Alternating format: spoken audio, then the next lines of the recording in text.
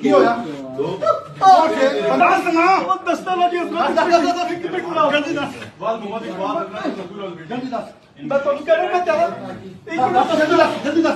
প্রিয় দর্শক ভাই ও বন্ধুগণ, আপনারা শুরুতে যে ভিডিও ক্লিপটি দেখেছেন সেটা ফিলিস্তিনের কোনো ভিডিও নয়, সেটা আমাদের পার্শ্ববর্তী রাষ্ট্র, কট্টর হিন্দুত্ববাদী রাষ্ট্র ভারতের মোদি বাহিনীর কাণ্ড।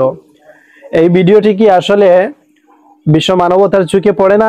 এই ভিডিওটি কি আসলে জাতিসংঘের যারা সব সময় মানবতার দোহাই দিয়ে থাকে, যারা সব সময় সুশীল সাজতে চায়, তাদের চোখে কি পড়ে না?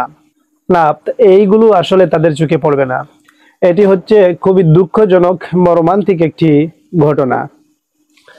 ভারতের একজন মুসলিম ভাইকে ভারতের কট্টর হিন্দুত্ববাদী বিজেপি সরকারের বাহিনী, একজন পুলিশ সদস্য তাকে কিভাবে নির্যাতন করছে আপনারা তো নিজ চোখেই দেখতে পেলেন।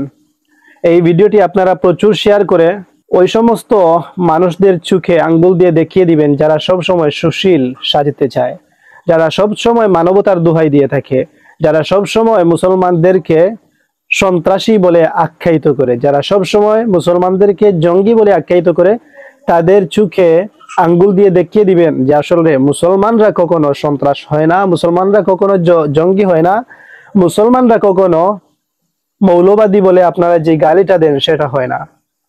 যারাই মৌলিকতায় বিশ্বাসী তারাই হচ্ছে মৌলবাদী। আসলে মৌলবাদীটা ঠেক দিয়ে তারা মুসলমানদেরকে মনে করে মৌলবাদীটাই হচ্ছে জঙ্গি এবং মৌলবাদীটাই হচ্ছে আসলে সন্ত্রাসী। বাস্তবতা ভিন্ন, এটা গালি স্বরূপ ব্যবহার করে থাকে বাংলাদেশের কয়েকটি মিডিয়া যারা ভারতের দালালি করে থাকে।